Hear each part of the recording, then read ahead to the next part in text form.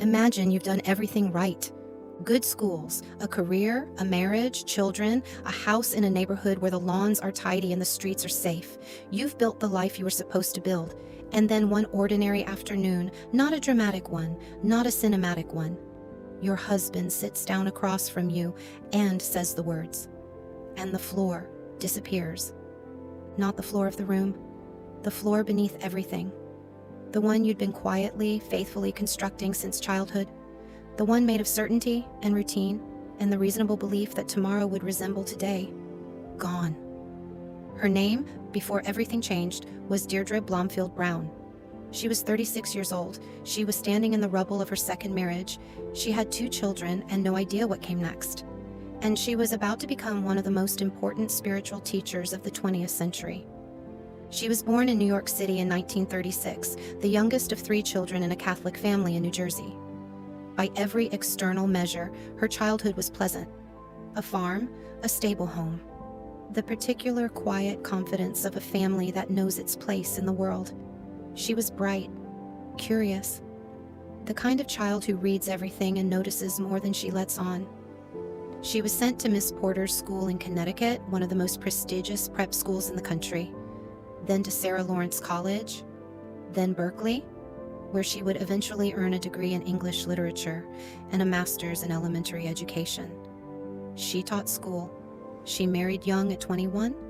She had 2 children. She built the life she was supposed to build. The first marriage dissolved. She was in her mid-20s. She remarried. She moved. She tried again. And then, in 1972, on an ordinary day, in an ordinary way, it happened again. She tried everything. Therapy, an ashram, weekend intensives in Scientology. She was that desperate, that thorough, that willing to try anything that might touch the thing that had broken open inside her. None of it worked. She spent a year in what she would later describe simply as groundlessness, that particular vertiginous terror of a life that no longer has a floor. She would later say that this period, this terrible, disorienting, unresolvable period, was the real beginning of her education, not Miss Porter's, not Berkeley, not the carefully constructed life that came before.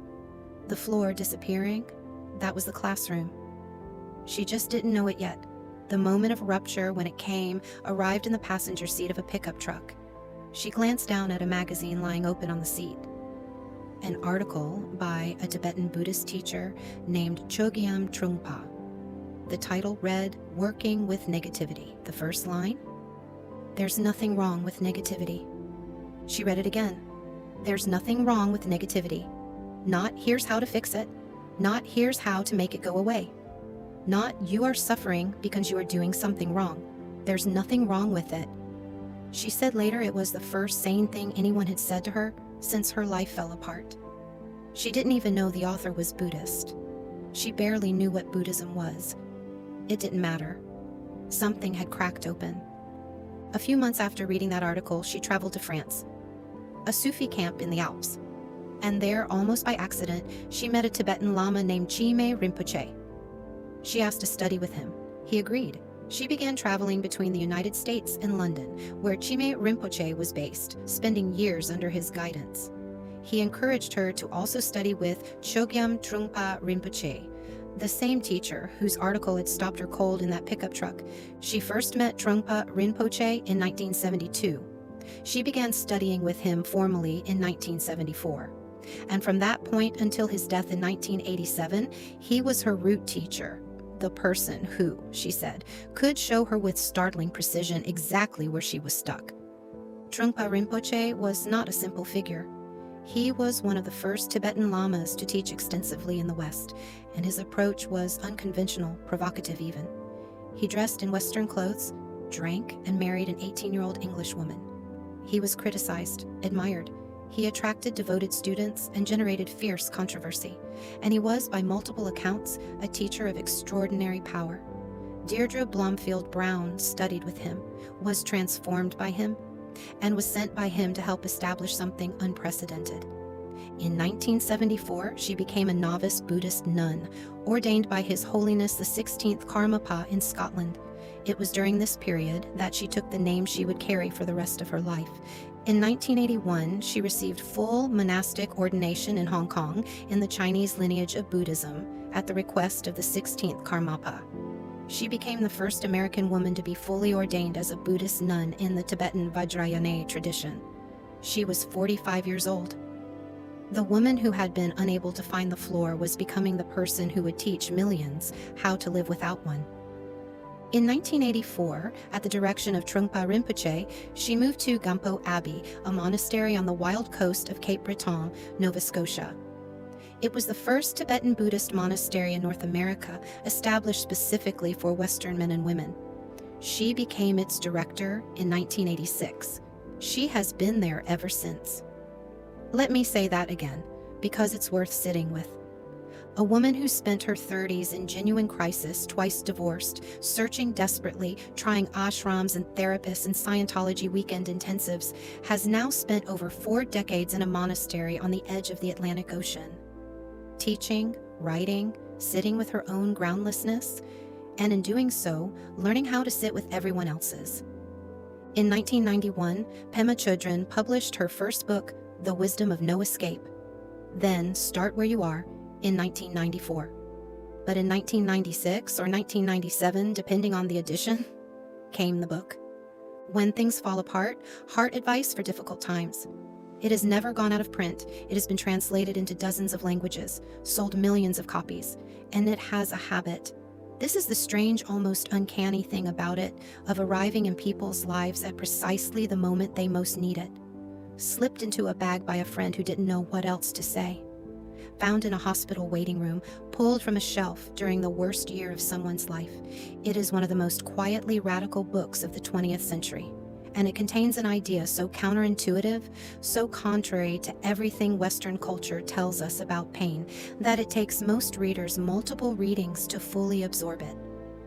We spend our lives in pursuit of solid ground, a stable relationship, a coherent identity, the reassuring sense that we know what tomorrow will bring. And when the ground disappears, as it always does, we experience it as catastrophe, as failure, as evidence that we have done something wrong. But Chödrön says something that takes the breath away in its simplicity. The ground, she tells us, was always an illusion. We constructed it carefully, maintained it furiously, and called it reality. The moment it dissolves in a diagnosis, a divorce, a loss so complete it renders all your previous certainties meaningless, we are not falling. We are, for the first time, feeling the truth of things. Chödrön parts sharply here from everything the self-help industry tells us about difficult emotions. She does not want you to manage your fear. She does not want you to reframe it or breathe it away or replace it with gratitude. She wants you to get close to it, uncomfortably, intimately, unflinchingly close. Let that settle for a moment. Fear is not weakness. It is not a sign that you're doing it wrong. It is a natural reaction to moving closer to the truth. The moment you feel it most acutely, when every instinct screams at you to look away, to numb out, to do anything but stay, that is the moment you are nearest to something real. Something that, if you can bear to stay with it rather than flee, will teach you something no comfortable life ever could. This is the teaching that most unsettles people, the one that feels, on first encounter, almost cruel. Chödrön asks us to give up hope. Not optimism, not agency, not the will to act, but hope, that specific, clinging hope that is fundamentally a refusal to accept that pain is real, that loss is permanent, that things will not always resolve the way we need them to. What she offers instead is not despair. It is not resignation. It is presence. The willingness to inhabit your actual life rather than the imagined future life where everything has finally been fixed. This is perhaps the most unexpected teaching in the book, and the most beautiful. Chödrön teaches a practice called Tonglen. The word means giving and taking. The practice sounds almost perverse. You breathe in the pain of the world and breathe out relief. We spend our lives trying to breathe the pain out, to exhale the suffering, to inhale only what is clean and light and good. Tonglen reverses the entire logic. You sit with your own grief, your own loneliness, your own fear, your own sense of having failed, and you think, there are millions of people feeling exactly this right now. And you breathe it in for all of them, and breathe out space and warmth and the wish for relief. It is an extraordinary practice because it breaks the terrible loneliness of pain. You are not alone in bumping again and again against the unbearability of things, which somehow helps you bear it. The final teaching is the oldest, the river running beneath all the other rivers. Not the moment after this one, not the moment when the grief is lifted, not the moment when the diagnosis has changed, not the moment when you figured it out, fixed it, understood it. This one, the one you are in right now, which might be by every external measure, the worst one you have ever occupied. That moment, Chödrön insists, is not an obstacle to awakening, it is awakening. It was always the whole thing, we just didn't know how to look at it. In 1981, Pema Chödrön became the first American woman to receive full monastic ordination in the Tibetan Vajrayana tradition. She was 45 years old. In 1994, while teaching and writing and running Gampo Abbey, she became ill with chronic fatigue syndrome. She fought it for years. She continued to teach. In 2008, Oprah Winfrey featured her on her radio program, and a woman who is already beloved in spiritual circles became known to millions more. Oprah would later say she had read Chödrön's book so many times, every sentence was highlighted. She has spent over 40 years at Gampo Abbey. She has published more than 20 books. She has given hundreds of talks, retreats, teachings, workshops across North America, Europe, and Australia. She retired formally from her administrative roles in 2020. She is still there, on that cliff, overlooking that ocean. There is something worth sitting with in that image. The woman who could not feel the ground beneath her feet at 36. The woman who tried ashrams and therapists and Scientology intensives, who spent a year in what she could only call groundlessness. That woman has now spent more than 4 decades teaching the world how to make peace with the absence of ground. I want to leave you with something, not a solution, not a resolution, not the promise that any of this gets easier. When Things Fall Apart has been in print for nearly 30 years. It has been read in hospital rooms and prison cells and grief support groups and ordinary kitchens on ordinary Tuesday mornings by people who just needed to know that someone understood. It gets passed from hand to hand like a note that says, I know, you are not alone. That's it. That is, in the end, the whole teaching. It sounds simple. It is the work of a lifetime. And when the ground disappears, as it will, as it does for all of us, you will know what to reach for.